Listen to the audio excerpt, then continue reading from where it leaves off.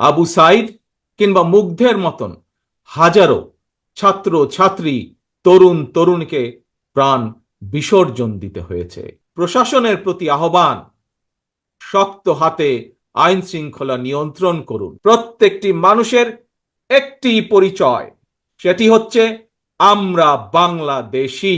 স্বাধীনতা প্রিয় জনগণ, স্বাধীনতা অর্জন কিংবা স্বাধীনতা রক্ষায় কোনো শর্ত মানে না, মানতে রাজি না।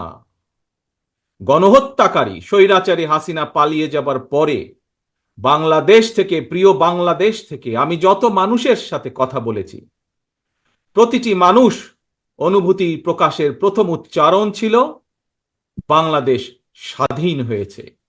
স্বাধীন বাংলাদেশ থেকে বলছি।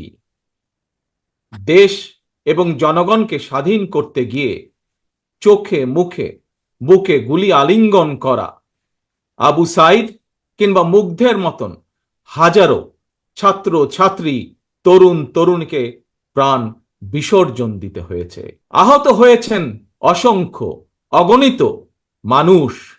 এর ভিতরে ছাত্র ছাত্রী রয়েছেন, এর ভিতরে রয়েছেন সাধারণ মানুষ, গৃহিণী, এর ভিতরে রয়েছেন রাজনৈতিক নেতা কর্মী বৃন্দ। গণতন্ত্রের বিজয়ের ইতিহাসের এই মানুষগুলোর স্মরণীয় হয়ে থাকবেন। ছাত্র জনতার এই বিপ্লবে দেশের সকল শ্রেণী পেশার মানুষ সেদিন রাজপথে নেমে এসেছিলেন। গণতন্ত্রের পক্ষের রাজনৈতিক দলের নেতাকর্মীদের পাশাপাশি একজন মা যেমন তার সন্তানকে কোলে নিয়ে সেদিন রাজপথে সামিল হয়েছিলেন, একইভাবে শিক্ষক, সাংবাদিক, বুদ্ধিজীবী, সাংস্কৃতিক কর্মী, শ্রমিক সহ সকল শ্রেণী পেশার মানুষ সেদিন রাজপথে নেমে এসেছিলেন। 52, 71 কিংবা 90 এর মতন দেশের ছাত্র সমাজ বিজয়ের নতুন আরেকটি অমর ইতিহাস রচনা করেছেন।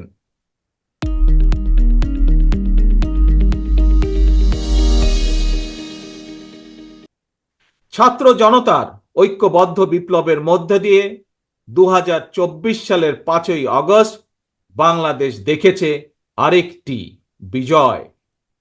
আমি বিএনপি সহ গণতান্ত্রিক আমি প্রতিটি রাজনৈতিক দলের পক্ষ থেকে দলমত নির্বিশেষে অভিনন্দন জানাই বাংলাদেশের বীর জনতাকে। প্রিয় দেশবাসী, হাজারো শহীদের রক্তের বিনিময়ে অর্জিত স্বাধীনতার গৌরবকে কালেমুক্ত করার ষড়যন্ত্র এরই ভিতরে আবার শুরু হয়ে গিয়েছে। দেশকে গণতন্ত্রের উত্তরণের চলমান প্রক্রিয়াকে বাধাগ্রস্ত করতে সারা দেশে অস্থিতিশীল পরিবেশ সৃষ্টির ষড়যন্ত্র স্পষ্ট হয়ে উঠছে। প্রশাসনের প্রতি আহ্বান, শক্ত হাতে আইন শৃঙ্খলা নিয়ন্ত্রণ করুন। প্রতিটি মানুষের নিরাপত্তা নিশ্চিত করুন।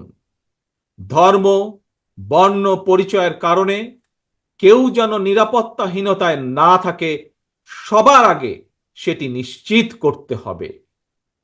দেশের বর্তমান পরিস্থিতিতে বিএনপি সহ বাংলাদেশের গণতন্ত্রের পক্ষের দলগুলোর দৃষ্টি আকর্ষণ করে বলতে চাই, ষড়যন্ত্রকারীদের এই নৈরাজ্যের কাছে আমরা হার মানতে পারি না।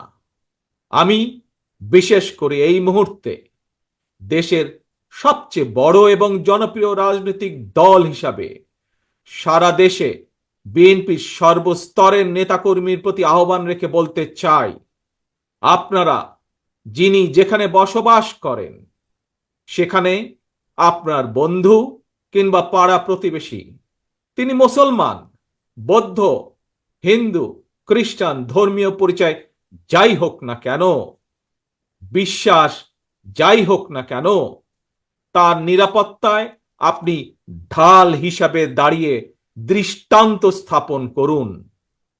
আমাদেরকে মনে রাখতে হবে, বাংলাদেশে ভূখণ্ডে বসবাসকারী প্রত্যেকটি মানুষের একটি পরিচয়, সেটি হচ্ছে আমরা বাংলাদেশী।